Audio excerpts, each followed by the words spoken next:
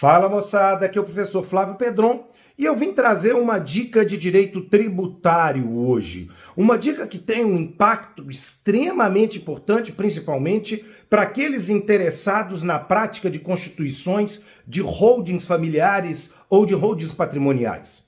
Bom, o Supremo Tribunal Federal, essa semana, ao julgar o recurso extraordinário 796376, entendeu por uma votação de 7-4, inclusive em recurso afetado por repercussão geral, que a imunidade em relação ao ITBI, prevista no inciso 1º do parágrafo 2º do artigo 156 da Constituição de 88, não alcançará os valores dos bens imóveis que excederem o limite do capital social no qual esses bens imóveis serão objeto de integralização.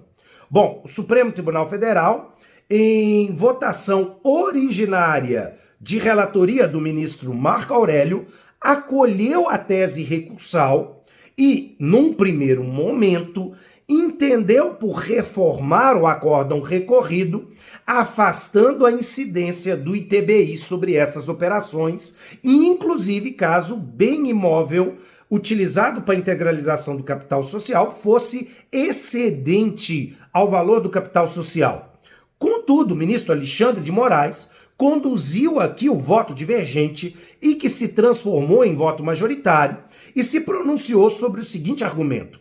O ministro Alexandre de Moraes entendeu que a imunidade em relação ao ITBI só pode ser restrita aos exatos valores do bem imóvel nos limites da incorporação ao patrimônio da pessoa jurídica no qual buscamos realizar o seu capital. Caso contrário, eu teria uma interpretação extensiva, não autorizada, nem tampouco pelo texto constitucional, nem de uma maneira geral, pela lógica e pela principiologia geral do direito tributário.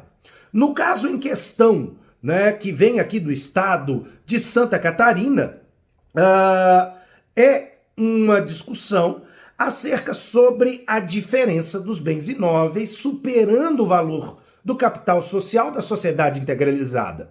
E aí, nesse caso, o ministro Alexandre de Moraes entendeu exatamente pelo raciocínio de que o valor excedente ao capital social tem natureza de reserva e, por isso mesmo, é objeto de incidência tributária.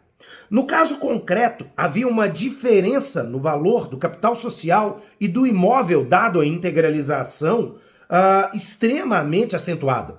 Falávamos de um imóvel que custava em torno de quase 780 mil, que foi dado como elemento de integralização do capital social de uma sociedade cujo capital social era 24 mil reais. E aí, diante dessa situação, realmente haveria uma reserva econômica que o ministro entendeu exatamente não ser possível de extensão da imunidade tributária. Por isso, nesse caso, a imunidade tributária atingiria única e exclusivamente o valor de 24 mil. Qualquer valor excedente ao capital social, em sua diferença, seria objeto, portanto, de incidência tributária acerca da alíquota municipal do seu ITBI. Por isso, atenção, aqueles que têm a prática de constituição de holdings familiares ou de holdings patrimoniais, utilizando exatamente a integralização do capital social por meio de bem imóvel. É uma prática lícita, prevista na Constituição, no artigo 156, mas a gente tem que ter alguns cuidados para que não haja aqui alguma forma de tributação que pegue exatamente o contribuinte de surpresa. Ok? Fiquem ligados e depois eu volto com outras dicas jurídicas. Um grande abraço!